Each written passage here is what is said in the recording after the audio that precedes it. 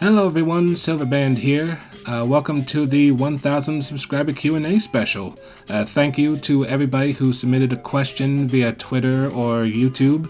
We got some questions to get to, so let's jump right into it. Tom Allmark and Liam Vowell ask, how is your British accent so good? Well, thank you, I'm flattered. To answer your question, we have to go back to when I first started watching Thomas and Friends. I always preferred Ringo Starr's narration over George Carlin's. Nothing against George Carlin, though. I would learn to appreciate him much later in life. I would often try to imitate and recreate what I heard and saw, which I have a bit of a talent for. I also have this really bad habit to where I end up talking to myself, and I would often use the British accent whenever I did it. I've done it so much that people have told me I've developed a bit of a transatlantic accent, if that makes any sense. Apart from Thomas, I listen to different narrators from British children's shows from the old days like Postman Pat, Fireman Sam, The Wombles, The Flumps, Ivor the Engine, Bagpuss, The Raggy Dolls, and similar programs with one narrator doing all the voices, just to get a feel for what they do.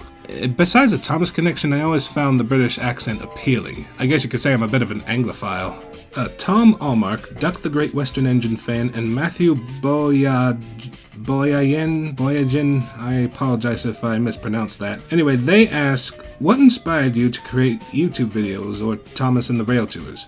So, I originally put photos of my layout for the Twitter model train show. It was something they were doing during the quarantine, and they got the attention of my good friend Turtles and Thomas. He wanted to check it out, so I invited him over. Afterwards, he suggested that I create videos to show off the layout. I was excited about this proposition, but I didn't really know where to start. At first, I wasn't sure about what kind of videos I wanted to make. It seemed that railway series adaptations, episode recreations, and original stories are pretty much what most content creators in the Thomas fandom are already doing. I knew right away that I wanted to do something original. Then I thought of my extensive model railway collection and thought, what would happen if these engines made their way to Sodor? Visiting engines in the Railway series and Thomas and Friends weren't a new idea, so it would make sense in universe, and it sort of took off from there. When Turtles invited me to his place, I proposed the idea to him, saying it would be similar to the new Scooby-Doo movies, where a rotating list of guest engines would interact with the engine on Sodor. After making some test episodes, particularly Edward's Day Out and the Secret Tender Club, I made the prologue and the first episode, and the rest they say is history. Gresley A0 Productions, Spaceboy98, and Percy Engine Production 061 ask, what is your favorite episode of your series you've made so far? Or what episode are you most proud of? Since I write each of the episodes, there's always a little something I always enjoy about it, like a song or a joke or a particular line of dialogue. But if I had to choose a favorite, I'd have to go with Olton Hall's invisibility cloak. I wouldn't really consider myself to be a Potterhead, but I do have a soft spot for the Wizarding World. My favorite moment is when Olton Hall tells Duck and Oliver about being in Harry Potter movies and that little snippet of Hagrid's theme plays in the background.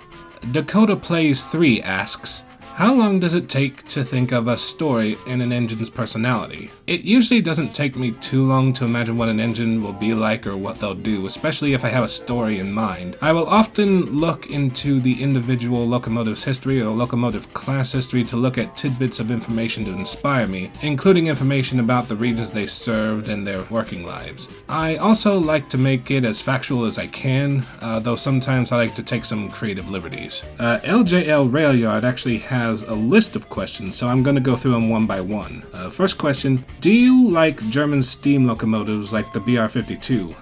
Even though I mostly focus on modeling Great Britain during the late 50s and early 60s, I do take some interest in locomotives from other countries, especially Europe. I don't have a favorite German engine per se, but the Deutsche Reichsbahn Class 52 is a nice looking engine. Also, I do have a Deutsche Bundesbahn Class 23 made by Trix in my collection. Which railroad do you prefer? The Pennsylvania Railroad or New York Central? Definitely the Pennsylvania. Nothing against New York Central though, I really like the design of the Dreyfuss Hudsons, but believe it or not, my great-grandfather on my dad's side worked in a railroad post office car. We're not sure which railroad he was working for, but he did live in Pittsburgh for most of his life, so I'm going to assume it was the Pennsy. Can you do more rail fanning videos like you did in Marion, Ohio? The rail fanning video I did didn't really get many views compared to my other ones, so I decided not to do anymore. I may do a vlog once in a blue moon if I decide to travel anywhere where there's trains. What is your favorite whistle? The Sierra Railway No. 3 is the quintessential whistle for any steam locomotive. I mean, just listen to it.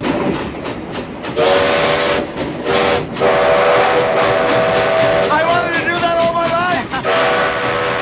life! Do you like my channel? I did actually take a look at your channel. You got me jealous with that video of the 4014 Big Boy. Lucky guy. Thomas the Lost Dimensions asks, why is your profile picture an MLP character? What's the story behind it? So, I was really into the Brony fandom for a long time, and as you do, I made an original character, or pony sona, if you will. I was studying music back then, so I created this tuba-playing pony and named it Silver Band. The name comes from an alternative title for a British-style brass band where all the brass instruments are finished with silver coating instead of a lacquer one. I also made my way to various Brony conventions selling handmade, customized pony toys. You went to BronyCon a few times.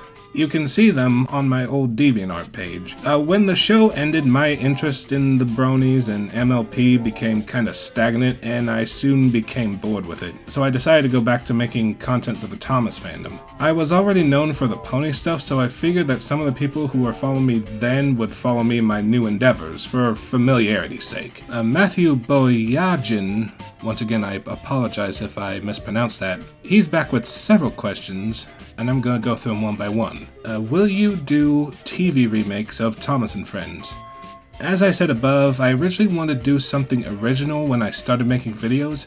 If something creative comes to mind that involves remaking a particular episode, then sure I will. So far, that has yet to happen. Can I borrow your videos for inspiration? It depends on what you mean by borrow for inspiration. If you're using me as inspiration to make work of your own, then sure, I'd be delighted to know that my work has inspired others to be creative in their own projects. But if you mean to take my videos and put them elsewhere, I'm afraid I can't allow that. I have watermarks on my videos for a reason. Are you going to need people to voice your engines? As of now, I plan on narrating my videos myself, so I won't need help in that department. But if things change and I do need voices, I'll be sure to let everybody know. Silver Freddy asks, are engines outside the UK ever going to be in Thomas and the Rail Tours? And why is V from Chuggington on Sodor? The thought of that actually did cross my mind when I was coming up with story ideas. I'm not saying that it will happen, though. For now at least, I'm just sticking to engines from the UK. And to answer your other question, I'm also a fan of Chuggington. I have Wilson, Brewster, and Coco from the short-lived Bachmann range, and I wanted to include V. I found a figure from a Japanese puzzle track playset that fit in perfectly with the layout, and there she'll stay. Still Free Films asks, can you make a tour-style video showing the whole model railway? I've thought about doing that as well myself. I've filled my layout with little references to other things I enjoy, so possibly, maybe in the future, possibly. So, John asks, why don't you put custom faces on visiting engines? The models of the engines that I feature in the Rail Tours episodes are exactly that, models. They're not exactly cheap either. I want to try to keep them pristine and looking as close to the real thing as possible. It's just a styling preference. Besides, if I did take the time to make faces for individual engines that were most likely going to make an appearance in my videos once, the videos would take even longer to make. Robert Roman asks, are the Rail Tour engines Bachmann or Hornby models? Most of them are made by Hornby. Only a small percent of them are from Bachmann branch line. I also got some Helgen, Oxford, and Dapple locomotives as well. I do prefer the Hornby locos because they only need an 8-pin DCC socket to operate on my layout, and since Hornby makes the TTS sound decoders for specific classes of locomotives, I like to add that little extra detail to them. But like I said earlier, they are not cheap. Percy Engine Production 061 is back with a list of questions. Why give Achilles Terrence's voice from Rubber Dubbers and not an accent like Chappie or even a Western English accent? Forgive me, but I'm not quite sure what you're referring to when you say Chappie. I might be missing something. Let me know in the comments if I am. But as for Achilles' voice, I thought the noisily stuffy accent was more akin to his personality rather than the homely West Country accent. I wish I had a fair model train set like yours. Well, thank you. If you're really wanting to get into this hobby, you'll need 4 things: space, patience, time, and money. The layout I have wasn't always this big. In fact, it took around 13 years to get where I'm at. I was fortunate enough to have this much space that I have, but needed the patience to learn the detailing and model making skills, the time to actually build the thing, and most importantly, money to pay for it. Will you ever do a NonRail episode? If I can come up with a story idea that will make use of the roads or the sky, then I'll be sure to use it. You Swihi. I'm not sure how that's pronounced, but making us think you're British when you're actually American. Well, I mean, it's called acting for a reason. And finally, Carson Maitland-Smith asks, how would you describe the Wiggles based on the song Wake Up Carson?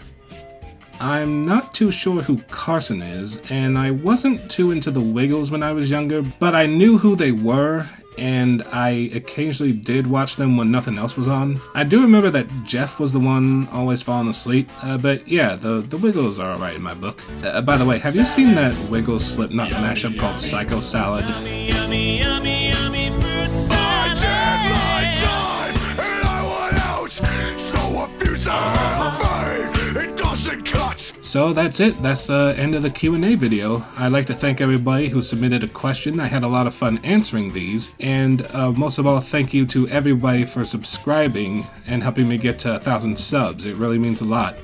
You can expect more Thomas and the Rail Tours within the month. I'll try to upload twice a month, so once every 2 weeks, just because my work schedule is so busy and all that. So thank you guys for tuning in, and I'll see you around.